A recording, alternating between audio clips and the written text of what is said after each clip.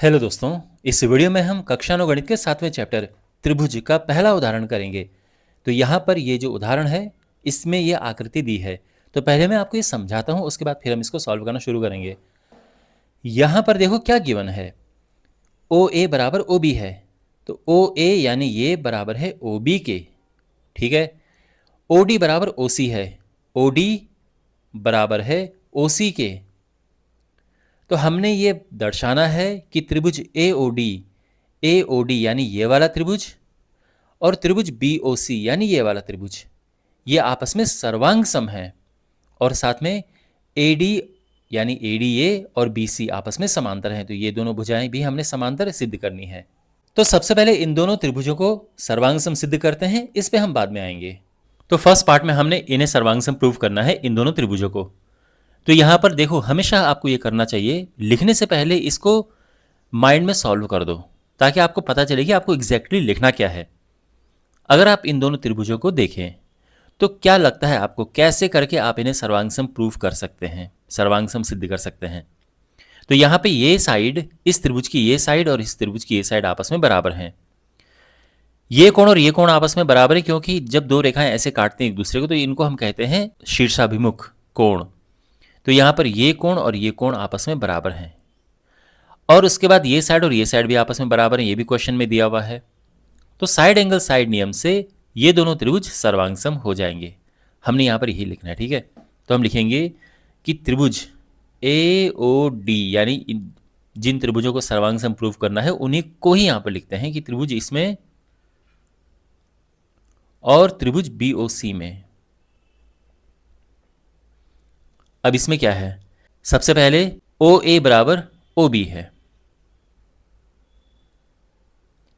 और आपको ये भी ध्यान रखना है, जिस अंदाज में जिस तरह से यहां पर लिखा हुआ है उस तरह से अगर आप लिखो तो ज़्यादा अच्छा रहेगा।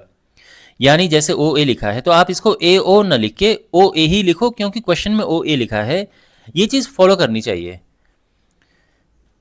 और ये क्यों बराबर है, क्योंकि क्वेश्चन में दिया है। ये तो है साइड। फिर एंगल की बात करते हैं। तो यहां पे एंगल ए ओ डी ये बराबर है कोण बी ओ सी के। ये क्यों बराबर है, क्योंकि ये शीर्षाभिमुख कोण है, शीर्षाभिमुख कोण बराबर होते हैं।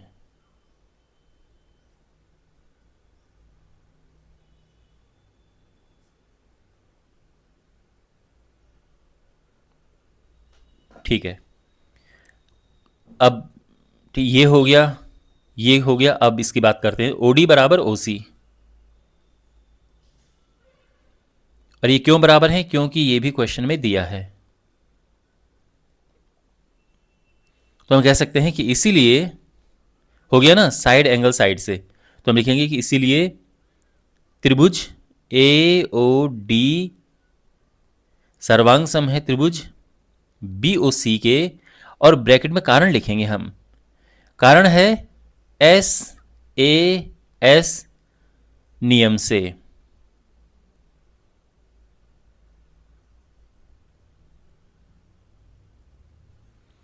पूरा अगर हम लिखना चाहें तो ये होता है सर्वांग समता के एस ए एस कसौटी से। लेकिन सिंपली आप ये भी लिख सकते हैं, ठीक है ना। कुछ लोग तो केवल इतना भी लिखते हैं एस ए एस, और मेरे ख्याल से ये भी पर्याप्त है। लेकिन इतना आप लिख सकते हैं कि एस ए एस नियम से। फर्स्ट पार्ट हो चुका है। अब बात करते हैं सेकंड पार्ट की। सेकंड पार्ट में हमने सिद्ध करना है कि ये ए डी और बी सी आपस में समांतर हैं। तो जब भी दो रेखाखंड या दो रेखाएं हमें समांतर लेकर आनी होती हैं तो उसमें क्या कंडीशन होनी चाहिए। आपको पता होगा कि अगर दो रेखाएं समांतर होती हैं तो इनमें क्या होता है, संगत कोण बराबर होते हैं और इसी तरह से एकांतर अंतर कोण भी बराबर होते हैं। तो यहां पर भी हम ये देखेंगे कि अगर कुछ ऐसे कोण बराबर हैं, जैसे इसमें एकांतर अंतर कोण है। ये दो रेखाएं देखो, ये और ये, हमने इन्हें सिद्ध करना है कि ये समांतर हैं। यहां पर ये काम कर रही है तिर्यक रेखा का। तो ये कोण और ये कोण कहलाएंगे एकांतर अंतः कोण। अगर हम इन दोनों कोणों को बराबर सिद्ध कर दें तो हम ये कह सकते हैं कि क्योंकि एकांतर अंतःकोण बराबर हैं, इसलिए ये रेखाएं समांतर होंगी। ठीक, तो ये कोण बराबर कहाँ से आएंगे? ये कोण बराबर आएंगे, बराबर हैं, क्योंकि ये दोनों त्रिभुज आपस में सर्वांगसम हैं, और ये इन्हें हम कहते हैं सर्वांगसम त्रिभुजों के संगत भाग, और सर्वांगसम त्रिभुजों के संगत भाग बराबर होते हैं। तो ये कोण और ये कोण बराबर होगा। सीपीसीटी आपने सुना होगा, तो ये सीपीसीटी से बराबर हो गए, और बस क्योंकि एकांतर अंतःकोण बराबर हो गए, इसलिए ये दोनों भुजाएं, ये दोनों जो रेखाएं हैं, रेखाखंड, ये समांतर हो गए। तो हम ये लिखेंगे कि चूंकि ए बी एक तिर्यक रेखा है और कोण, ये कोण और ये कोण आपस में बराबर हैं। कोण कौन कौन से? ओ ए डी बराबर है कोण ओ बी सी के। ये क्यों बराबर है? क्योंकि ये सीपीसीटी से है। केवल आप लिखेंगे सीपीसीटी बस, और लिखने की जरूरत नहीं है ना, क्योंकि सर्वांग सम त्रिभुज हैं, ये उनके संगत भाग हो गए तो सीपीसीटी से बराबर हैं। तो चूंकि एकांतर अंतःकोण बराबर हैं, इसीलिए हम ये कह सकते हैं कि एडी समांतर है बीसी के, और ये सिद्ध हो चुका है। ठीक है, यहाँ पे ये भी सिद्ध हो चुका था। तो मुझे उम्मीद है कि आपको ये सॉल्यूशन समझ आया होगा।